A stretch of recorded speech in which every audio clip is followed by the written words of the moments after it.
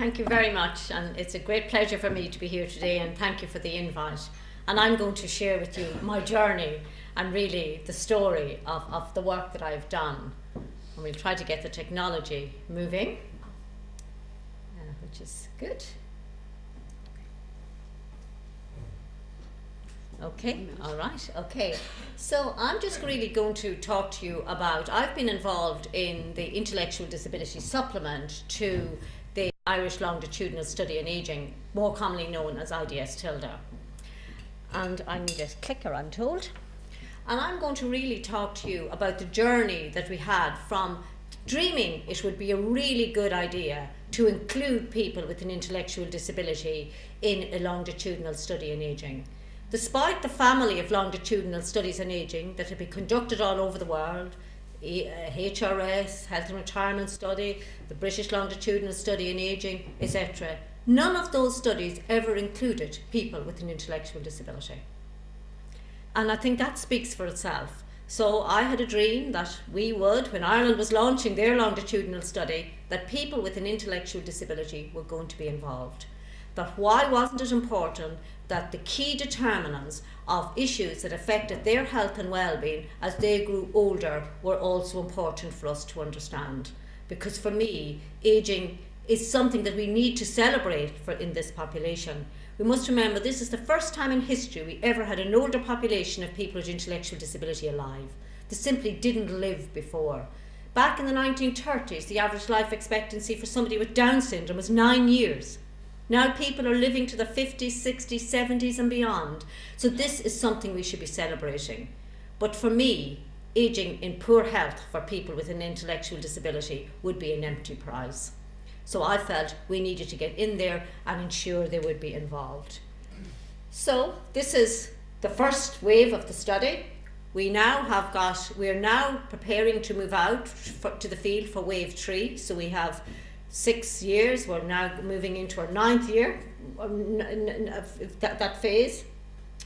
And this is a nationally representative sample where we, with the assistance of the Health Research Board, who had funded this study, and the Intellectual Disability Database, we were able to randomly select 10% of the total intellectual disability population aged 40 years and over, and using the same outcome measures as was for the general population, begin to understand their health and well-being. Well, when I started this initially, people said, "You're absolutely crazy, Mary. People with an intellectual disability will not be able to participate in something as complex and complicated as that huge protocol and all those questions that we're asking for the general population. They simply won't be able, they won't be relevant, you'll never get consent, you'll never get funding, etc., etc." Anyway, we managed to do all of those things. So the very first thing that I felt, and as I said at the beginning, while there was a very strong conceptual framework that underpinned the study, and that was of course critical for good science, on top of that I superimposed a values framework at the very onset.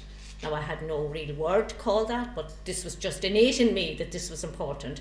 And I had great people involved with me at the time, people like Janet Swinburne, who was involved, and people like Edel and other people like that, who were involved at the time when we in the first steering committee. So we decided that the first thing we would do was to celebrate the ageing of people with an intellectual disability. Get it out there to the mass media that this population were ageing and deserved people to understand what were the key determinants of their health and well-being. We needed to increase the visibility of people with intellectual disability. We needed to ensure, for me, I felt if we were really going to be successful with this study, it had to be hugely person-centred. We had to understand how we were going to be able to involve people with an intellectual disability in a complex study as this was going to be. How would we empower them? How would they be able actually to answer those questions? How would they be meaning for them? How would we get the information? And how would we ensure that this study wasn't just an exercise and that it really would be meaningful and contribute to the lives of people with an intellectual disability? So this was where we started. The very first thing we did was we decided, what would a logo be for the study? So we sent out a call to people with intellectual disability from all over Ireland, and we asked them to submit art to design a logo on what ageing meant to them.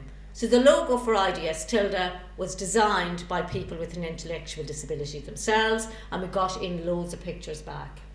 We decided then, we sent out another call then for people to submit photographs of what ageing meant to them and a small narrative. And within a 2.5 week period, we got over 200 photographs submitted from people with intellectual disability all over Ireland with a small narrative. What a resource. So then we decided that we'd do a roadshow with this, because we really wanted to see, could we recruit people into the study and would people be supportive? So we took this photographic expedition to the art festivals, the ploughing championships, to all of the festivals all over the country, and we got people with an intellectual disability to come and to speak about ageing using the huge array of photographs that we had. And they became very, very active research participants. So this was some of the pictures that people submitted at the time for what ageing meant to them. And as you can see here, this is the picture which was stepping it out for a happy, healthy me. And you can see here the 2 H's and the A, and that was designed by people with an intellectual disability and now serves as our logo. And these were also wonderful pieces which we have used. So this was these are our 4 patrons. These are people with intellectual disability. This lady is now over 90. She has lived in an institution all of her life. And this lady here and these 2 gentlemen. This gentleman here has sadly passed away, but these have been very valued patrons of our study from the very beginning. And this here is a picture here, I think in Galway perhaps, at the National Photographic Expedition. And you can see here the photographs at the back, which was just wonderful. So then we decided that these photographs were hugely valuable, and how can we ensure that people with an intellectual disability can use them and have them and understand them themselves and other people. So we then sent out a call for people to work with us in burning these on to a DVD and to create an accessible DVD. So people from one of the centres at Intellectual Disability Services at PMAN Centre, their group of people who were in one of their day services took all of the 250 something photographs and worked with getting them onto a DVD and the narrative. So that is an absolutely wonderful DVD which they have produced. But the background music then to that DVD, we thought, oh, how do we get it? So then we sent out a call to people with intellectual disability to submit pieces of music. So all the background music that's on that DVD has been composed by people with an intellectual disability. So there was no rule book around this. So we built, so it started off, that's how we started, and as we moved to the different waves, this has grown really into what I would begin to call a little bit of a monster now, because every time we do it, we add, and that's the wonderful thing. As I always say, excellence is not static. Once you have reached it, it's outdated. So we're constantly deciding on new and different things. So people would have been involved, and I'm going to talk to you now about their involvement. Here you can see here different groups. These would be the consultative workshops. So we came with a very large protocol of questions which had been designed for Tilda. And the challenge for me was, we have to have comparability because we are comparing, and that's really important. But how do we ensure that they're meaningful? And are there items within this protocol that are important for people with intellectual disability because their lives are somewhat different and are not included? And certainly when we we held consultative workshops. We got people with intellectual disability from right around the country, and we held 4 to 6 consultative workshops with groups. And when you're working with people with intellectual disability, their level of understanding may be different. So you have to make sure how you run these workshops are meaningful, that they're actually able to participate. So we would have used a huge variety of ways, from music to pictures to photographs, to help them understand what we were talking about. So they were certainly in wave 1, elements that were included as part of that consultative workshop. They asked us to said loneliness was a big issue for them, a really important issue for them as they were getting older. Many of this population are not married, they don't have children, they don't have grandchildren, they have many of the social networks that the rest of us have are missing from their lives. So this was really, really important. So we have a huge piece in around loneliness for them, and that was really key. So the consultancy workshops, I'm just going to talk to you now a little bit about what we're doing for this current wave. And the field workers are just back in from running 4 consultative workshops around the country. So they review now each of the sections within the protocol in a very simplistic way, and we will have video clips, we will have pictures, we will have other ways of helping them to understand these items. They will examine it, and then we will build on questions. You know, these was what we asked in wave 1 and 2, and now what additional we need to look at. And here is one of Claire, one of our field workers at one of the consultative workshops, so that the voices and opinions and thoughts of people with intellectual disability were key. And this is that particular looking at. So in this particular one, we were asking things like around spirituality. Is spirituality important? Because we know for the elderly, as people get older, spirituality is, but how would you capture such a difficult concept? It's a very difficult concept. So we asked people to bring items with them that signified spirituality. So people, when they were coming to the workshop, so some people bought a yoga mat, some people bought music, some people bought rosary beads, they bought an array of different items. And in that way we helped to understand how important these was. Community. This is a big issue for people with intellectual disability, particularly as we talk about the movement from more congregated settings into community-based accommodation. So we really needed to have people with intellectual disability help us to shape the questions that we would ask around what community meant to them. Because what we are now seeing, community for people with intellectual disability isn't just simply about geographical location. It is about friends, it's about friendships, and it's about connections. So these are really, really key and important things. So people were asked to review the questions, to give their opinions on thoughts and ideas used in the questions. And again, as I said, we used pictures, music, words and videos. And each person could choose to participate in some of the activities or none of them. And we got consent and all of that. So that is there, a group, as you can see here, reviewing. You can see the level of concentration as people are reviewing and looking at the particular items. And one of the things that we did this time round, which was an added-on from what we previously did, we developed a voting card. So we had maybe 10 new items from the consultation workshops which appeared to be emerging. Memory, community, loneliness, etc. And we put them all on this card, and I can send people copies of what this voting card was. And you can see here people now are working, so they're looking at the importance of what community means, the importance of memory. And if something was very important, they put on 3 stickers. Not important, but not terribly critical. 2, and not really important, perhaps 1, and not important at all, none.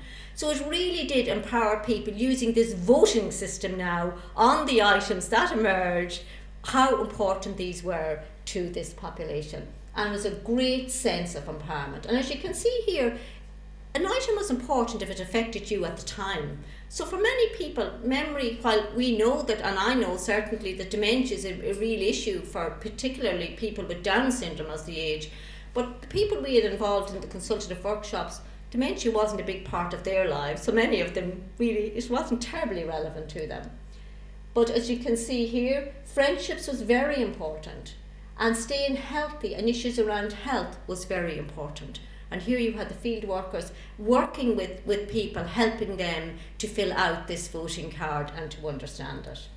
And then it was a great success. But the relevancy to the individual, some questions, as I said, were more important than others, and due consideration and thought, and it was great collaboration, and people with an intellectual disability loved it. It really signified empowerment to the very end. And you can see here that lady putting her voting card into the box after she had decided, well, which of these items are really important to me, and we are still busy counting the votes. So it was really, it's just an idea of something that we've done. And this is, we also video recorded people speaking about how important it was for them, and we're going to develop some additional clips around this. But this is Tommy, and he said, you know, I'm very happy to be a member of the IDS Tilda study. I'm glad that people from Trinity are here with us, and it's nice to have a chance to talk about the questions. And he gave a great interview, which we will get onto a clip, around what it meant for him to be involved in it and shaping the study. And this is, we did a lot of work around improving and creating accessible materials. Here you can see our information sheet. This is a health fair which we ran in wave 2. We ran a health fair. In wave 1 we didn't collect objective measures of health because I felt that would be too difficult initially, and we felt we needed to really build a relationship with people with an intellectual disability. In wave 2, Ailish, who was one of our PhD students who was just submitted, she ran a health fair. We had huge uptake on that health fair. And she used extremely participative methodology, emancipatory methodology underpinning that particular health fair. But everybody would have got we'll say a simple thing like a card of each of the field workers with their date and their time and when they were coming. So they had that. And then accessible information leaflets and all of the materials, all of the reports. Everything was built in a manner that would help people with an intellectual disability to engage and understand what was happening.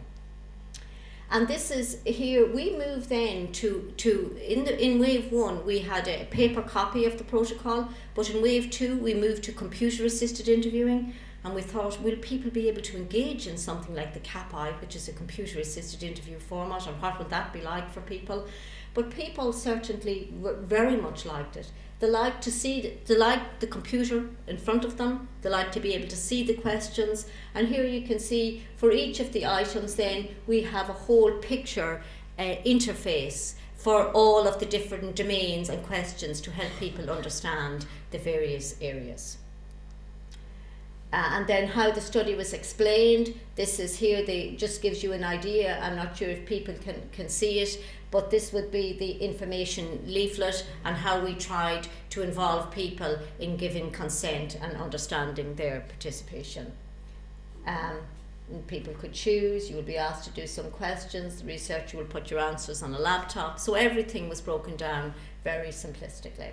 And this is the consent form, a very simplified, easy consent form as well, which has been designed using pictures and all of the design standards. And this was some of the comments that people had said. I really thought it was absolutely great, it was really interesting, I really liked it. So this was from people feeling this population wouldn't be able to engage in the study as complex, and the protocol is over 2 hours at times. I really enjoyed the interview. The interview was an enjoyable experience. It will benefit others. So really people were very engaged. And of course we have had, I think, a 96% retention rate, so over the various waves. And that doesn't happen accidentally. That happens because people enjoy being part of something like this. And we have a very well structured keeping in touch strategy. So we have a newsletter, but every time we send out a newsletter at every event, we have Easter cards, Christmas cards, birthday cards, different cards, but every one of those are designed by people with an intellectual disability. So when it comes to Christmas, we send out a call for people to submit pictures. Comes to Easter, we do the same. And what the knock-on effect that this has had really is quite extraordinary. It has resulted in numerous art clubs being set up in centres throughout the country that never were there before. It has resulted in camera clubs being set up, because when we asked people to send in photographs, people actually got cameras, and many of the centres now have set up camera clubs that people would never have been engaged in something like that. So it really opened people's minds to various possibilities and has a real legacy within services. And this is the Easy Read reports, and you can access them and download them from the websites, and people would have designed a lot of the materials and pictures that went into them. And this is, we celebrate success, and we really liked, so this is a recent event that we had in the old library in Trinity, where people who had designed the materials, the artwork for the Easy Read report for Wave 2, we celebrated all of their pictures, and we had a night in the old library, and where people got presented with certificates and other items. And this was a hugely, hugely important night. There you can see Christine, she's reading a poem which she created about the whole process and what it meant for her to be involved in the study of this nature. And it was really, I think our new librarian who had just joined us felt in all her time in British libraries, it probably was one of the most moving occasions that she had seen, because this was the population, as some family member said, here is my brother or family member coming to Trinity College, coming to the old library to get presented with a certificate. Really, for them, for the person themselves and for the families, it was just a poignant moment, and it was hugely, hugely important. And this is, we then, at end of wave one, we created an accessible website, and we created an accessible DVD. And I'm just going to talk to you a little bit. What we decided to do was, we took the scientific report, and we had no money. I do want to say that at the time. And the HRB at that time hadn't got the kegs, and they have developed the kegs since, so it's really good. So it gives us some funding to support accessible dissemination. And we got a script writer, and that script writer wrote out key scenes from each of the chapters in the scientific report. Then we worked with people with an intellectual disability across 5 different organisations, and we got them to act out the key messages within those scientific chapters. This was the first time. Many of this population that we were working with had no education, they had not been to school, they had never learned lines before. I can remember speaking with one of them, and obviously working, many of this population were not in employment, and if they were employed, they were not paid the minimum wage. And this lady was really struggling with saying the word minimum wage, and one of the field workers said, well, say less money. And she said, no, I want to be able to say the word minimum wage. Because that was really, really an important message that she wanted to get out. So they were the actors, and this is some of the quotes. I've never done anything like this before. It was great. We practiced with the staff. It was good fun, good laughs. Sometimes it was hard to keep a straight face. I'm so excited. I can't believe I'm in Trinity College, because again, we held a night at the Oscars for people, all of the actors. We had a red carpet event in Trinity, black tie event, and all of the actors came. We did it in the very same manner as the night of the Oscars, and people got an award for their participation. And that was absolutely, there's a whole array of pictures on the website that you can look at. And what I'm going to do now is I'm going to show you a quick 3-minute clip of one of the scenes. When you go on to the accessible website, you'll see a clip there of the website. There is a number of scenes. But this is what people said about accessing health service.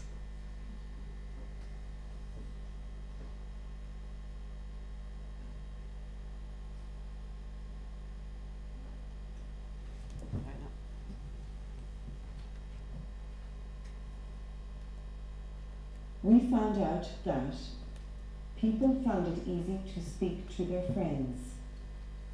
Most people found it hard to speak to their doctor or other health professionals. A lot of people had more than one health condition. A lot of people took more than 5 different types of tablets. Most people did not get easy to read health information. The following scene portrays some of these points.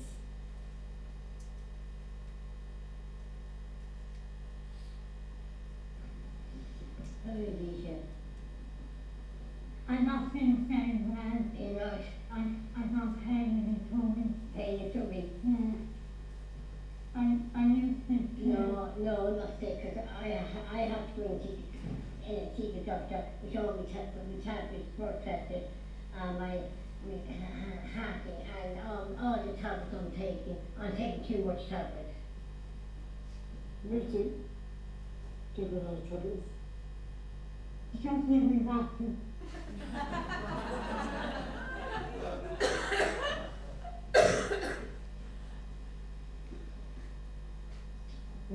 the doctor by the pizza and doctor dead. I hate talking to doctor. Right. I get scared. Yeah, that's good. Sure, that everybody, should we all like the doctor? You know, we all like the doctors, because the doctor's very nice. I can't understand what he's saying. He's saying me and talking to me. It's not like talking to his friends. We can't talk to the doctor. Next, please.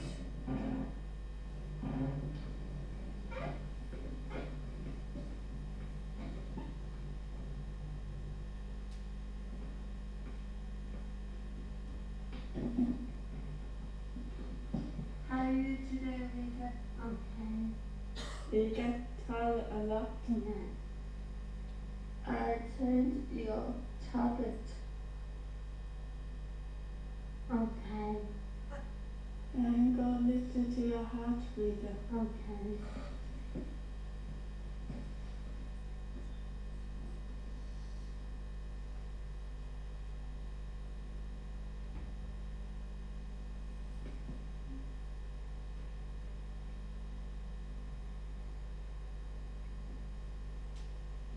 That's good, Rita. How's your back today, Rita? Okay. How's your walking? Okay. Anything else I had to do it? No. No? I give this bit to you. Healthy eating. Thank you. Bye, Rita. Bye.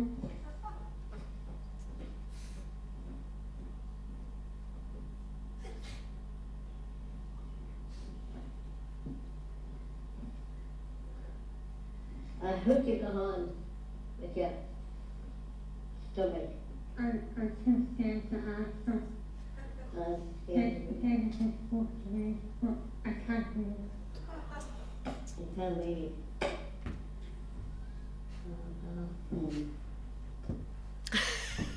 Okay, so I think that there's a lot of messages, and I think it would be a good idea that we use that with all of our doctors and our nurses and everybody else that will meet people within health service. And as I said, that was really challenging for people, even to act out that. I think it was just amazing, because even to remember those lines. And Myra, who's here, one of our pharmacy students, she is just at a recent publication in the BMJ, and I hope it has great impact, but I can seriously say that clip there probably has bigger impact when it comes to issues of polypharmacy, difficulty in communication with medical professionals, etc., than many of the scientific publications that we probably will have coming from the study. So at the moment we're developing 6 further scenes from the last wave of the study, looking at other issues. But please do go to the website, and you will see the various other key messages, particularly the ones around employment is really quite important, and lots of other issues, education. So including people with an intellectual disability is not just simply about putting somebody with an intellectual disability on the grant, because you can't get funding if they're not on the grant, but it's rather about having them shape the production. So I think in IDS Tilda, from the very beginning, we have very much involved people from the design of the logo, to design of the easy read materials, to helping us advertise the study, reviewing the questions, the consultative workshops, the dissemination now, and the accessible dissemination, the easy accessible website, right through the whole. Now in wave 3, people with an intellectual disability, we run a very comprehensive 3-day training for our field workers, and we keep on obviously developing that each wave. But this year, 2 people with an intellectual disability who are participants will also be involved in the delivery of the training. So I think that will be really another interesting development. And this is the team who are absolutely inspirational, challenging, and full of always new and bright ideas. So I want to thank all of them for their input, I think, in what has made IDS Tilda really the study as participatory and innovative as it currently is. So I really want to thank everybody with an intellectual disability, their families, service providers, the consultation workshops, our partners, and the Department of Health and the Health Research Board. Okay, so thank you.